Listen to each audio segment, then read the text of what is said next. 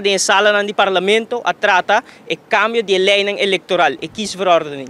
Algum cambio ng minimal qual e cambio mais impactante da hecho que já não mais organização e partido não político por receber e kiesregister.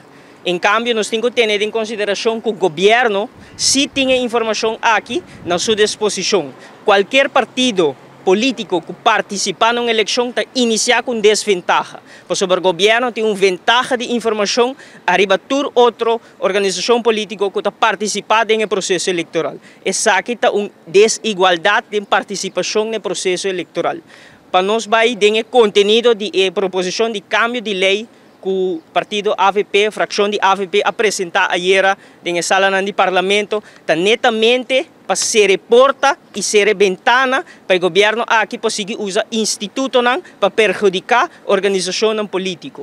Nós incorporar na lei eleitoral, nós proponemos para incorporar uma garantia que está salvaguardar a transparência e a integridade do processo eleitoral.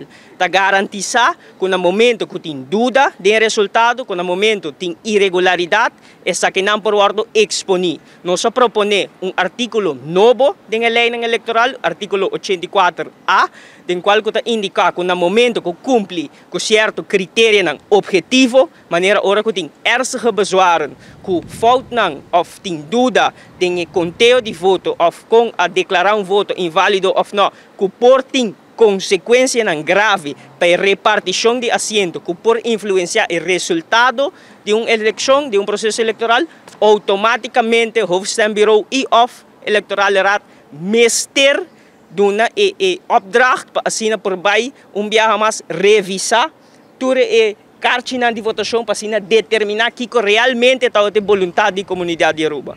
A eleição de 2021 alaga sabor sumamente amargo de nossa comunidade, de nossa confiança no processo eleitoral e essa aqui está uma proposição de cambio sério para garantizar a qualidade de nossa democracia, está fundamental. Nós vivemos de um direito de Estado democrático, essa aqui está indicar que nós vivemos de uma democracia e um fundamento principal e fundeixo de democracia de um processo eleitoral justo, livre e íntegro.